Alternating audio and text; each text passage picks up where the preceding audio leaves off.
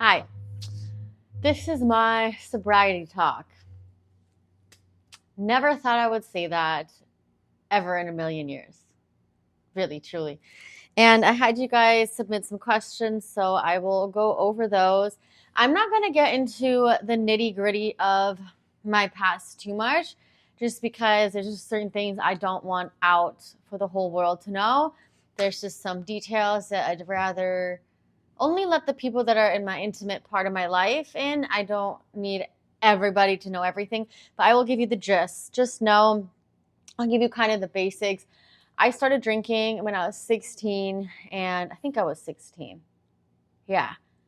You guys have to realize too, as I'm going through the story, it's all my memories vague because I'm 31. So when I was 16, it's a long time ago. So I'm trying to piece everything together. Originally, I was going to take notes, but I figured, you know what, I'm just going to give you guys a raw clip here.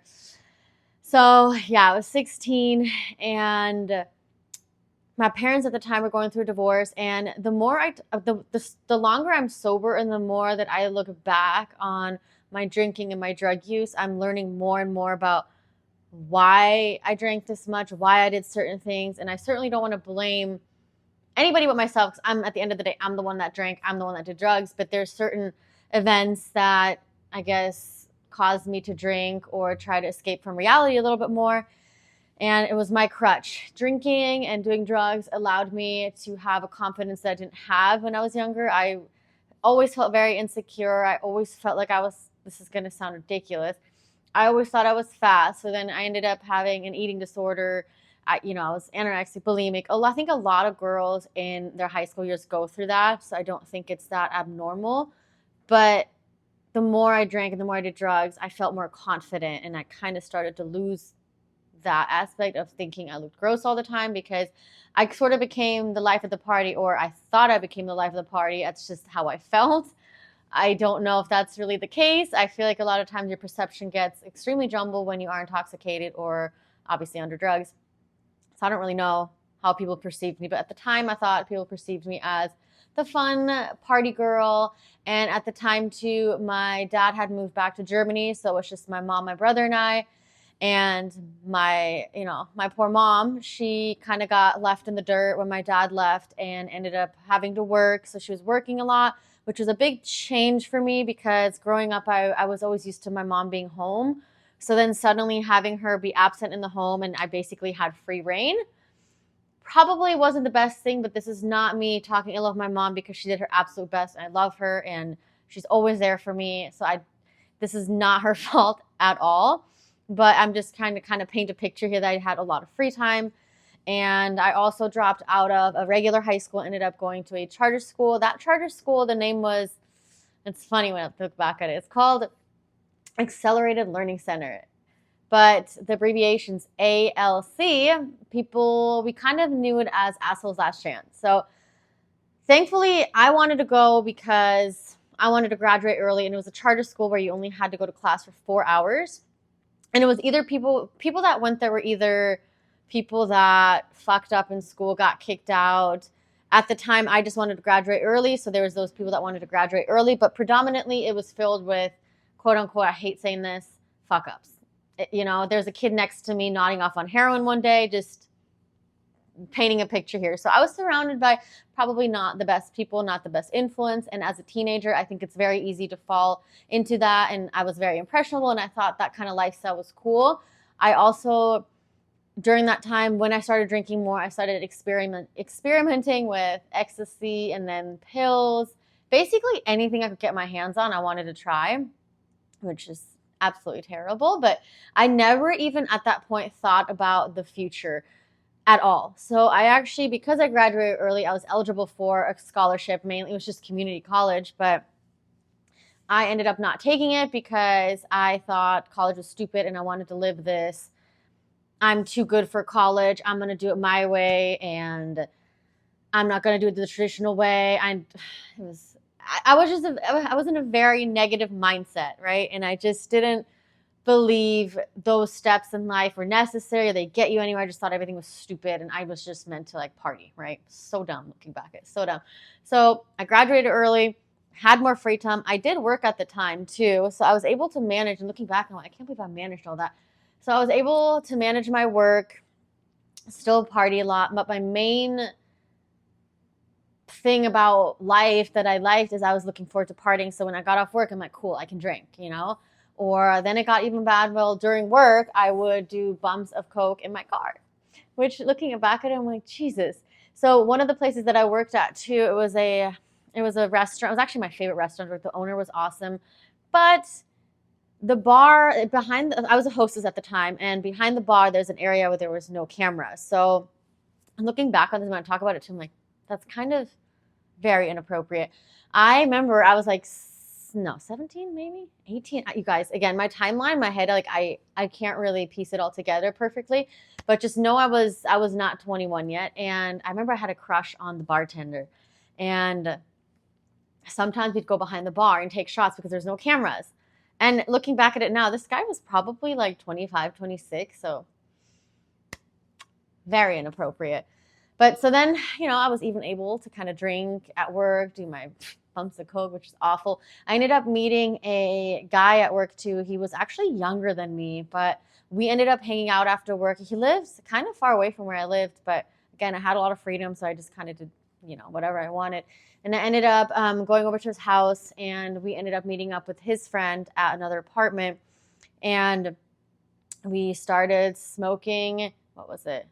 Percocet, which is like, I just, at that point, I never thought, I never pictured myself doing that kind of stuff, but I'm just trying to show you guys how easy it is when you're at a young age to fall into the wrong crowd. And I felt, I shouldn't say pressure, but I guess I always wanted to feel cool, especially around men. I don't know what it was, but I always wanted to like out drink men, out party men. It was such a weird thing of mine when I was younger, and I guess maybe trying to get validation from men. I don't understand. I guess maybe that's what I thought I was getting. I don't know.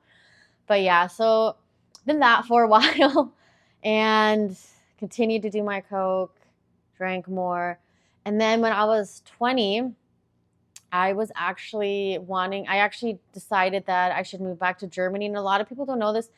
I said I wanted to move back because since I have dual citizenship, is that I could go to college there, because I had this sudden change where I'm like, okay, so maybe I need to change my life. Because I think truly deep down, I always knew that I wasn't meant to be this person to do drugs and to drink. I think it was always deep inside of me, and it was waiting for me to come out. And yeah, I just told my mom I want to move to dad in Germany and try to go to college there and make a life there. But the main reason is I wanted to get away from my friend group because it was bad. I mean, I saw myself not going anywhere. I wasn't. It was just partying, partying, partying. And as soon as I got to Germany, I did not get along well with my dad at all. Surprise, surprise. We don't have a good relationship. I'm okay with it now. It's, you don't choose your family, but I mean, I guess, I don't know. It's something I really don't like to talk about too much because people will say, oh, you have daddy issues in this. And no, I'm very indifferent about it now, but looking back then, I think I didn't understand how to process my anger properly, and I projected a lot. But anyways, I didn't get along with my dad. I also tried to apply to colleges there, but your high school diploma from America doesn't mean anything there, so I would have to go back to their high school, and I wasn't going to do that. So I fell right back into the fuck it, I'm not doing this. And the town my dad lived in was a small town. If you know anything about small towns in Germany, what do people do for fun? They drink, they smoke, they do drugs. So, of course, leave it to me. I was smoking cigarettes, walking around the park, and met a guy, ended up going over to his apartment. He had a little blow. Even, I think it might have been speed at the time.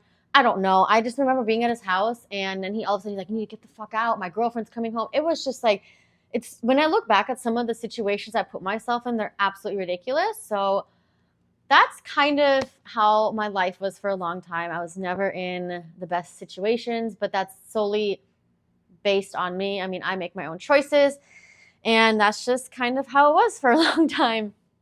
And got into really bad relationships. I did end up getting on Xanax and antidepressants because I just wasn't doing well. Honestly, I think the antidepressants helped me a little bit, but I just didn't want to rely on something like that. So I tried to stop cold turkey. That didn't end well. So I had to get back on them again, continued my Xanax. I tried therapy, didn't work for me. I tried it a couple times, didn't work for me. And yeah, ended up in a couple more bad relationships. And, I'm not blaming the guys for it. It was also me. I was not a good girlfriend. I was very anxious all the time. I had attachment issues. I just did not know how to handle my emotions, and I didn't know how to be alone. But I ended up working in the bar industry. So I did bottle service for a little bit, cocktail serving, and then I was a bartender. And when you're in that environment, you're just surrounded by people who drink and party. And if you don't do it, it's basically abnormal. And I didn't want to be weird. I didn't want to be the weird one out. So yeah, my drinking continued. And at that time too, I had a boyfriend, and it was very, very toxic. And I ended up so he actually worked with me, and we got into some fights, and not physical, like verbal. And I ended up getting actually fired from that job. And at that point, I was just kind of like, actually, okay, now I remember. Before I got fired, I already decided I was going to move to LA because my brother got a job opportunity out here, and my lease was almost up. And I decided, you know what? Let me just start somewhere fresh. I have nothing to lose here. I have savings right now. I can move. So I ended up moving, and ironically, my boyfriend at the time and I ended up getting back together, trying long distance. Clearly, it didn't work. I ended up basically, we shared each other's location, and when I visited him one time in Arizona, I saw that he was at a mutual friend's house who was a girl. Said nothing happened, but that was like the last straw for me. I ended up breaking up with him then. They actually got together a couple months after that, so I think my intuition was right. But anyways, that's in the past. It's fine. We're actually we're cool now. So I doubt you're watching this, but if you are, obviously no hard feelings here. But to cope with that day when I found out, I ended up going to my best friend's house who lived close by, and I just drank myself into oblivion. And after that, I went back to LA, drank more. I finally got a job out here, but again, everything just kind of revolved around drinking. And I remember one of the first new jobs I got here was a new restaurant opening. And when there's new restaurant openings, you have these group training lessons. And I remember becoming friends with somebody, and that same day, leave it to me, we ended up going to the bar, drinking, and I asked if anybody had Coke, and then I fell back into it here in LA, just a little bit though. I'm thankful it didn't get as bad as it used to be. But yeah, my partying continued, my drinking continued. I would black out a lot, and then I think at that point I realized I needed to stop, but I really didn't know how. I would stop for like a couple weeks, and then I'd drink and I'd fall back into it. So there was like that pattern, especially when I would tell myself I'm going to stop drinking forever. That was probably the worst thing. And this is advice for anybody that wants to stop. Don't ever tell yourself you're never going to drink, because you're just setting yourself up for failure.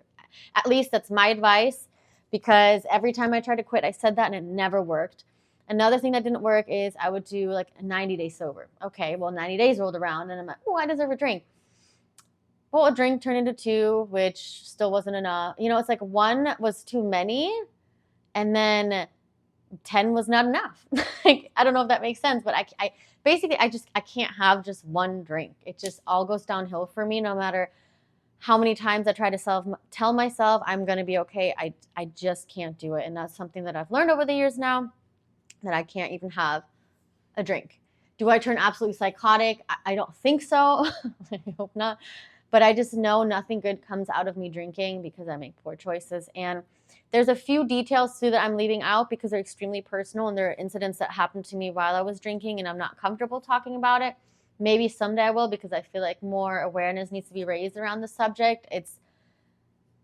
I get like a little bit emotional sometimes when I talk about it, and I'm not about to just like cry on social media.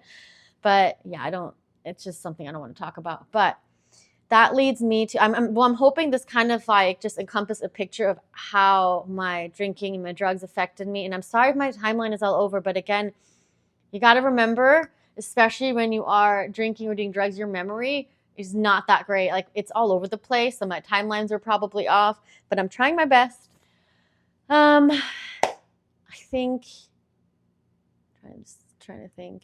Oh, okay. So I guess I can get to the part where I actually stopped. So just to emphasize again, I tried to quit a few times. It didn't work very well, but I was able to tone down my drinking, which I was thankful for. So I tried the whole beer and wine only, trying to stay away from liquor, but that only lasted so long. And I think 2019 was the first time that I really truly realized I need to stop, because I think that was the first time too that I kind of took a step back and looked at my life and realized, what am I doing, first of all? Where am I headed? And I think that's just because I was getting close to 30 and you have like an existential crisis moment. But prior to that, I never really thought about the future. And it's not in a way of like, I thought I was going to die type of negative thought. It was more so, I truly didn't think about it. I didn't think if I was going to, I mean, again, I just didn't think about it. I just kind of always lived in the present, I guess. But I don't know what happened in 2019, but I just decided, I need to make a change and try to quit drinking again. Didn't work, and fell right back into that. Then 2020 rolled around, and then I had in January I had something very personal happen to me. It was also due to my drinking, that led to a certain consequence that I'm not very proud of and not happy about, and it's still kind of, I'm like, I wish it didn't happen, but life. All I can do is go forward. So that incident, what happened to me in January 2020, prompted me to like really start drinking even more, because I wanted to block something out of my head. And then in February, something happened again. And it was just crazy because it was like January, February. I guess 2020 just started off shitty for me in the first place. But February, something happened to me again, and drank even more, because that event that happened was something that I kind of buried under the table, and it was not something that I should have done. I should have dealt with it, but everybody deals with certain things differently, right? So hold on, I need to take a break. Okay, see, I told you I'm not gonna cry on camera. There's certain parts where when I think back on my life, I get very emotional, which is funny because I'm not really that emotional of a person, but there's just certain things, when you just think back on something. But okay, anyways, okay. February. Drank, and actually during this time too, I, believe it or not, was trying to become a police officer. Crazy, right? So I tried my best to stop drinking for that too, because I knew I needed to be clear-headed. But anyway, because of my drug history, I didn't get in. But that's another whole story. But February, again, still drank. March came around, and that's when the lockdowns happened. So what did we do during the lockdowns? Drank even more. And this is where I hit I think my personal rock bottom. And it was, first of all, I blacked out a lot. And this was still, I think, stemming from the events that happened in January and February. It all kind of combined. But it honestly wasn't abnormal for me to black out. I usually blacked out when I drank. It was just kind of like my thing, I guess, which is terrible looking back at it. But I remember one morning I woke up with my throw up. And this also has happened multiple times. So, which is really dangerous. And the fact that I let it happen multiple times is kind of like, the fuck were you thinking, Sydney? But yeah, this time I woke up and I just kind of looked at it and I went right back to sleep. And that's absolutely disgusting and I'm ashamed. But then I get woken up by my brother, my sweet brother. Because I live with my brother, and I think he smelled it. He cleaned up my throw up. He kind of woke me up, took my sheets, cleaned it up for me. And I knew at that point I had alcohol poisoning. It was so bad, you guys. I couldn't move. Like I was kind of hunched over like this, walking like a little gremlin or a goblin around my apartment, because it was just, I couldn't keep anything down. Ended up finally just like kind of laying on the couch, and I was watching some show and I just started crying. And I think that's also related to like the anxiety that people get. And, you do get at least for me, I got very emotional during my hangovers, because everything kind of hits you and you're like, God, what did I do last night? What happened? And it's just never good, right? And during the time that I was on the couch, my brother had left and he came back from a 10-mile run. And I don't know, it was some kind of weird moment. I was sitting at the couch. I watched him open the door, sweaty from his run. And I'm just like, in my head, I'm thinking, what the fuck is wrong with me? Like, my brother went on a 10-mile run and I'm sitting here feeling like shit, throwing up, can't keep anything down, crying. Like, this needs to stop. And that was April 13th, 2020. That is when I stopped drinking for the first time. For like the first time for real. What I ended up doing is I ended up taking it day by day, which was the best thing I could have done. I didn't sit there and say, I'm never going to drink. I said, I'm not drinking today. And then I woke up the next morning and I wish I still had access. I have to somehow find access to my old computer because I wrote a journal and every morning I woke up, I wrote myself a note about why I stopped drinking, how it's going to benefit me to not drinking, and a few bad things that have happened when I drank. And I did that for, I wish I could look back on it. I think at least a month or two, I wrote something new every single day until I started running out of ideas. And I wrote silly things like, oh God, I can't even think of anything now, but just the reasons ended up being very just minute and not, I guess, important. But doing that really helped me and kind of helped me get a good start to my day. So if you're going through that, I highly recommend doing that and just kind of writing something down like that, because when you actually have it written down and you reflect back on the things that you've done when you were drunk or the things that have happened to you when you were intoxicated, really puts things into perspective. And that's what helped me. And I didn't drink until April. I decided to have a drink on near my birthday. And I thought I was okay, and then that kind of spun me back into drinking regularly again. Surprise, surprise. And then I was pretty good for a few months. But then I ended up going out with somebody, and I think that social anxiety kicked back in. And I drank and regretted everything that happened. And yeah, I didn't like it. Not my proudest moment. I'm take full responsibility, but it just proves again that I shouldn't drink. That I can't control myself when I drink as far as the amount goes, and it just, doesn't end well. So I tried again to quit, drank a few more times in between, and every time I got blackout drunk. I couldn't just enjoy a drink. Then I went to Tulum with a few of my friends and decided, I can drink, but to be honest, I actually kept my composure very well in Tulum. But I drank a lot. I would take a shot and a beer. And that was all day. But I don't remember ever really blacking out. So that was a good moment. But I did tell myself after that trip, I was done. That I have to go back to not drinking. I have to focus on my business. I have to focus on my health. And alcohol does not help me in any way, shape, or form. There's just no benefit for me to drink. And that was July 25th. 2 years ago, and I haven't taken a sip of alcohol since. But I'm still using that same method of saying day by day. But it's really interesting because there's been a few times absolutely that I was like, you know what? I'm going to have a drink.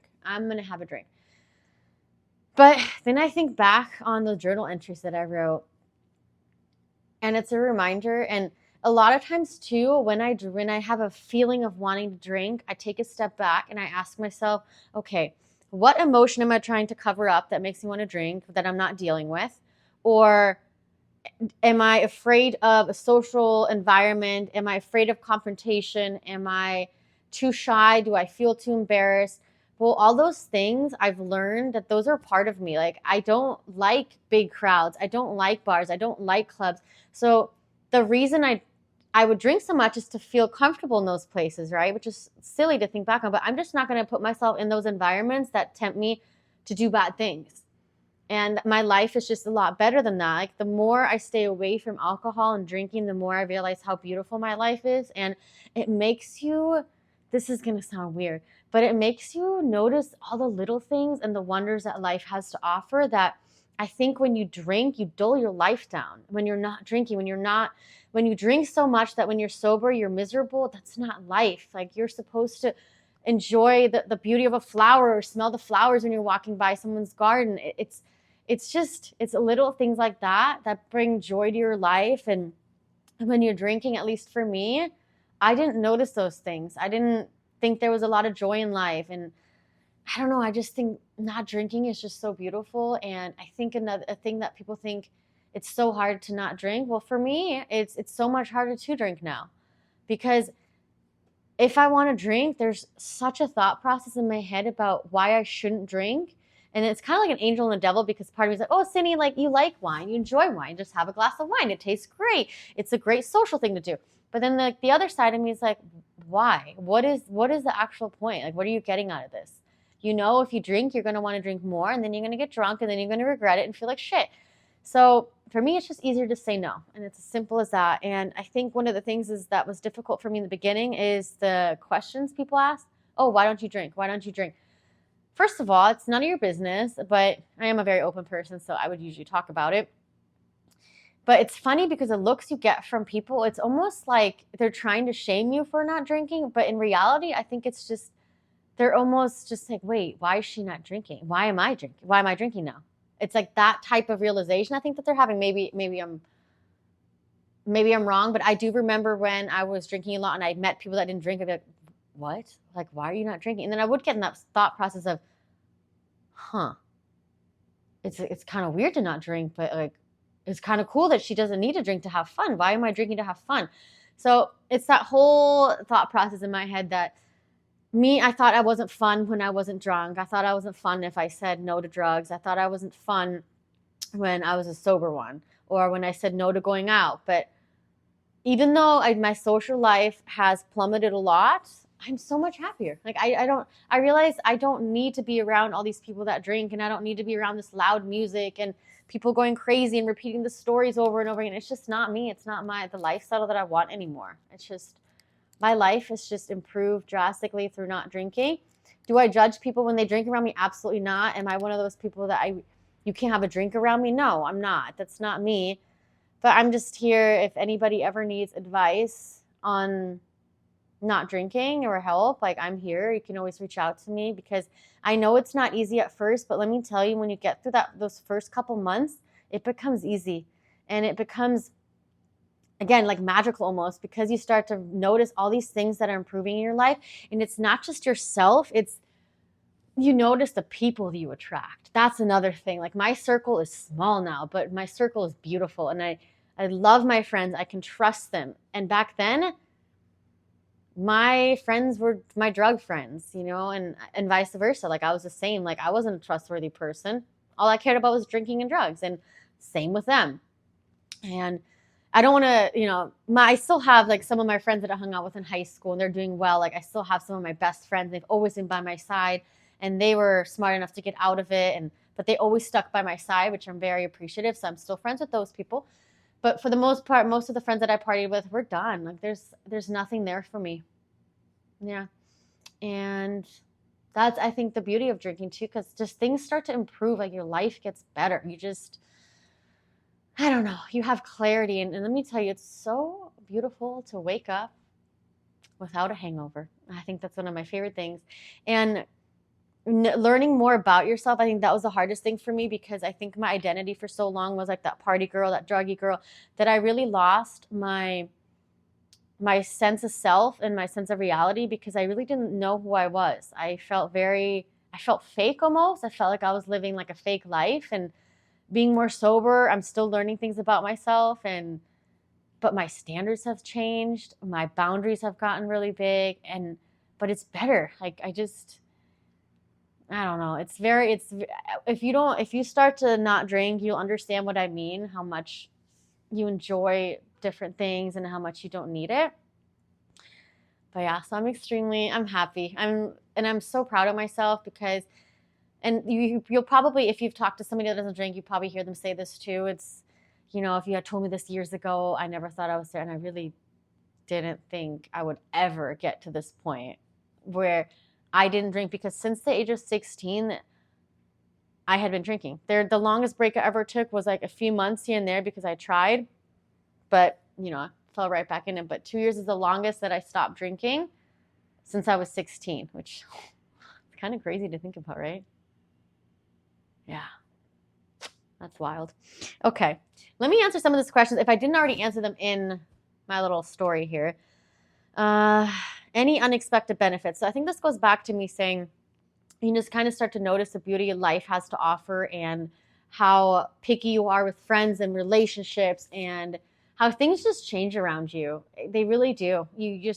you just build better habits. You can sleep better. I think that's a big one too. Your skin gets better.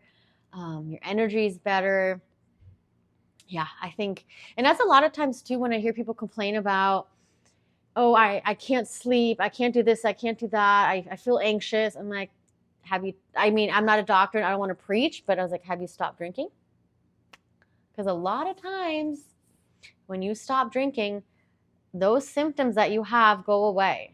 They really do. Like, I don't get anxious. I rarely get anxious. I mean, obviously, everyone's going to get anxious every once in a while, but there's a difference between having to take a Xanax and drinking anxious and then being anxious about going out on a first date or something, right? So that's different. So I think that's an unexpected benefit as well. Just past 14 months myself. I love seeing that. Not a question. So proud of you on the journey. Thank you. 1 year and 10 months, 13 days, and 8 hours. Dude, that's awesome. I mean, obviously, this was made last week, so it's probably way longer than that, but that's amazing.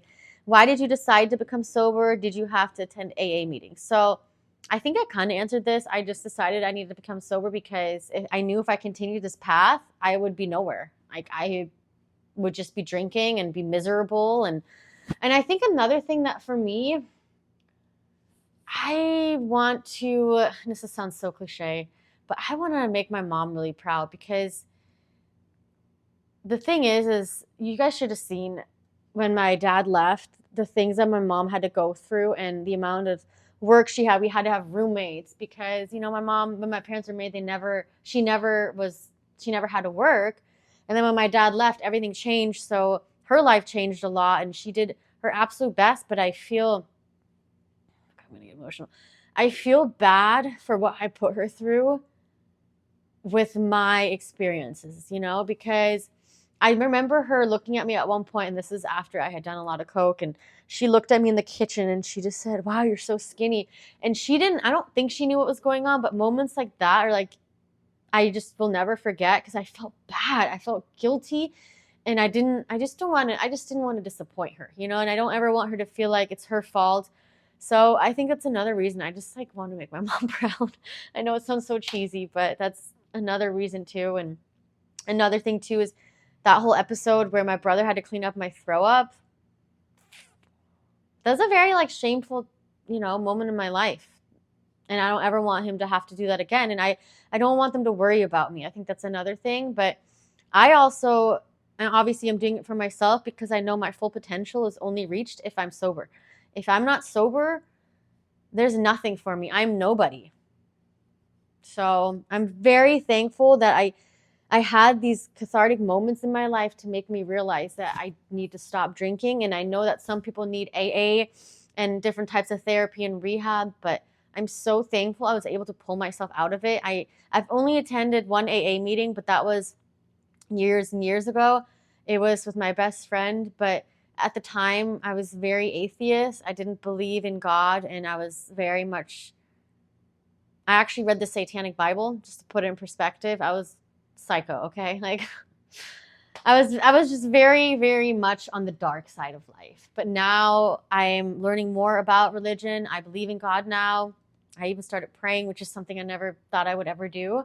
But I think I don't know, the more I'm like learning about God and Jesus, and if you guys are not into that kind of stuff, sorry to talk about it because I know some people are like, oh, shut up.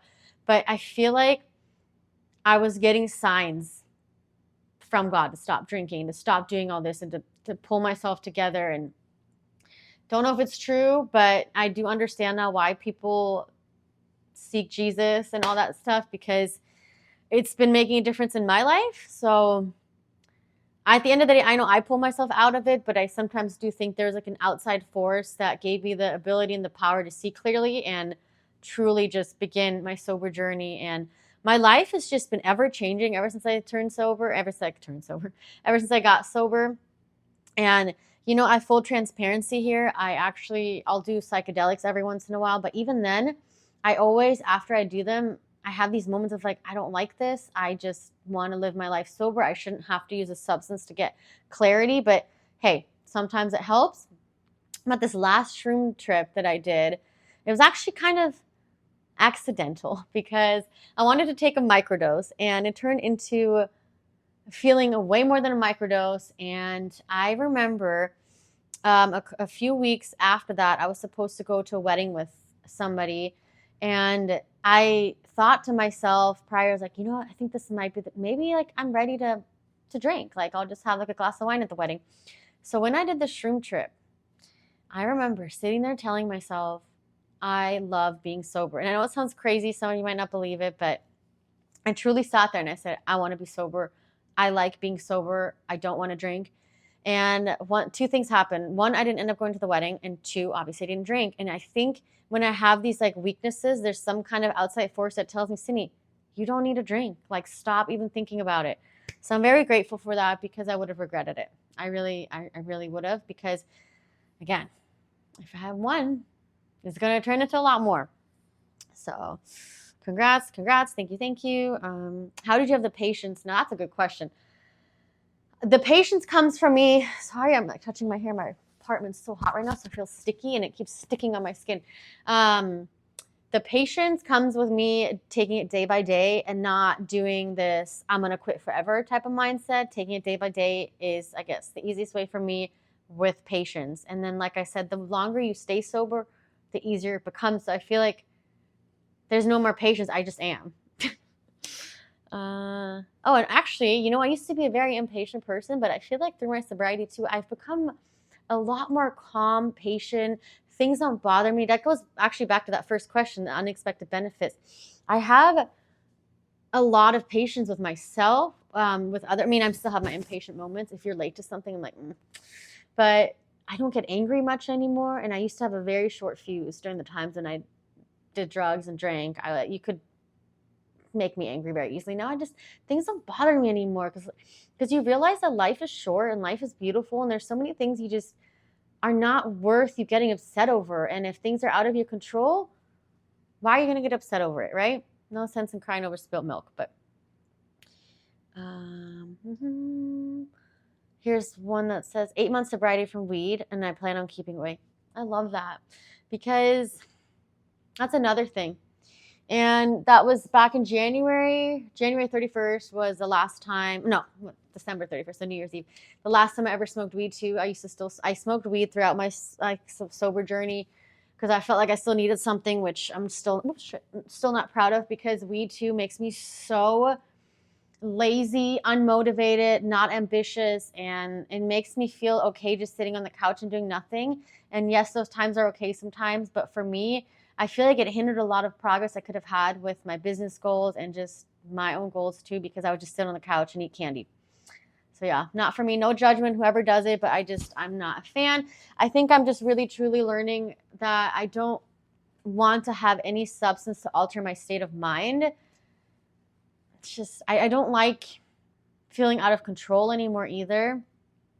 This is a little side story actually. So the first time I ever did coke, I picked it up by myself and did it by myself because I'm one of those people trying new things. That's something that I'm still learning with today.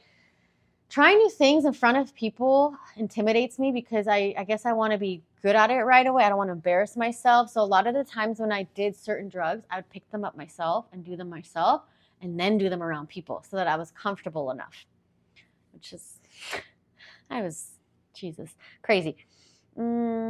What were your biggest challenges, struggles during your sobriety? The biggest challenges, accepting myself, being okay with who I am, learning who I am, saying no to alcohol, explaining myself constantly. I guess getting FOMO at first from certain things because I was so used to going out before, saying yes to events, and then not going anymore. That was hard. Sleep was hard in the beginning because I was so used to having some wine or something before bed, but now it's very easy for me to fall asleep. Dealing with boredom, like not knowing what to do with my free time, because during my free time I would drink, right? That's what I would do. Thoughts on MDMA? I hate it. But that's mainly because I had done it a lot.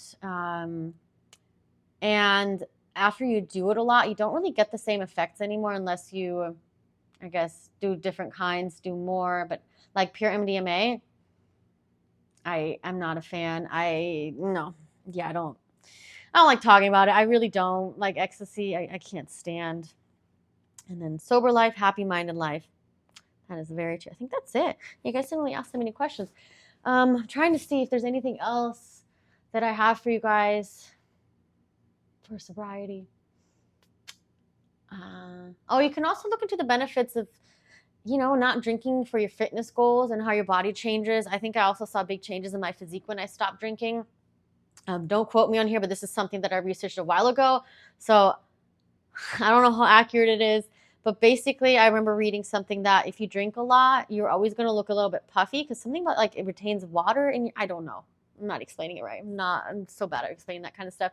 But yeah, if you stop drinking, you'll probably see some physical changes too. But it's just I'm just challenging you guys. Try to stop drinking for 90 days and just see the benefits of what happens when you don't do anything. It's going to be tough. It's going to be rough. But I think when you try to stop and you realize how much alcohol controls you, like if you're stopping, and it's actually a video my mom sent me the other day. I forgot who the actor was, but he was talking about something. He wanted to quit drinking for a month, and then he realized that he actually had a pretty big problem because during that month of quitting, every day he thought about alcohol. Every day he was like, okay, how many more days? How many more days? And that's kind of when you realize you have a problem, because I think the way I looked at it back then, I was like, I didn't think I had a problem. But the longer you're sober and you're clear-headed, and you look back on maybe your drinking habits, your drug habits, you kind of realize like, shit, like it's bad. But I want to let you guys know that it is possible to get out of it. It really is. Whether you need help with rehab, with AA, from other people, get the help you need because it's only going to benefit you. You're meant to live a fulfilling life, and you're worth more than drugs and alcohol. You really are. And if you're afraid of, I think what I was afraid of too is just kind of like you feel like you're starting over and you're very lost. You are more lost in drugs and alcohol than you are when you're sober. Okay? That's, I think, one of my main messages too. And I'm glad like I was finally able to talk about it. I think maybe I'll dive a little bit deeper into some of those stories someday, but again, I'm not ready for those yet. But there's just a few things that I think we need to shed light on certain issues in this world. But yeah, day by day, my sober journey continues, and I think the more I'm sober, the more I'm actually going to stay away from, the more I learn that I need to stay away from everything. So even psychedelics and all those things, I just think sometimes meddling with those types of substances, like, I don't know, just sometimes I feel like we're not meant as humans to feel like to access that part of our mind that you get through psychedelics. It's probably a very controversial subject, but I don't know. I like to feel in control of my life, and yeah, life is beautiful now, and I'm happy. And maybe someday too, I'll share some pictures and videos. I actually I have like a flash drive, and I was going through it, but I'm never going to share this publicly, but we'll talk about it. But I actually found recordings of myself from when I was in high school. Well, actually, I think I was 19, so not high school. Recordings of myself on, I don't know if you ever had like the photo booth on MacBooks, but I had videos of myself crying, you guys, asking, begging for help, not knowing how to not drink or do drugs. And I don't remember at that age making them, and that's like the craziest thing for me. So when I look back on that, it's so sad. It's so sad, and I really wish, I don't know, there's a way sometimes to go back in time and like shake myself and be like, what are you doing? What are you doing? Because I feel like I lost out on a lot of opportunities due to me choosing drugs and alcohol. But those kinds of struggles, I think, obviously made me who I am today, and it makes me feel proud of who I am and my progress. And there are definitely times where I fall into this hole of, wow, had I not done that, I could have been way farther in my life, and I could be in a way better position. And there's moments too where I see people in their early 20s doing better than me, and I had, sometimes I have this like jealousy. I'm like, fuck, like, how are they there and I'm still here?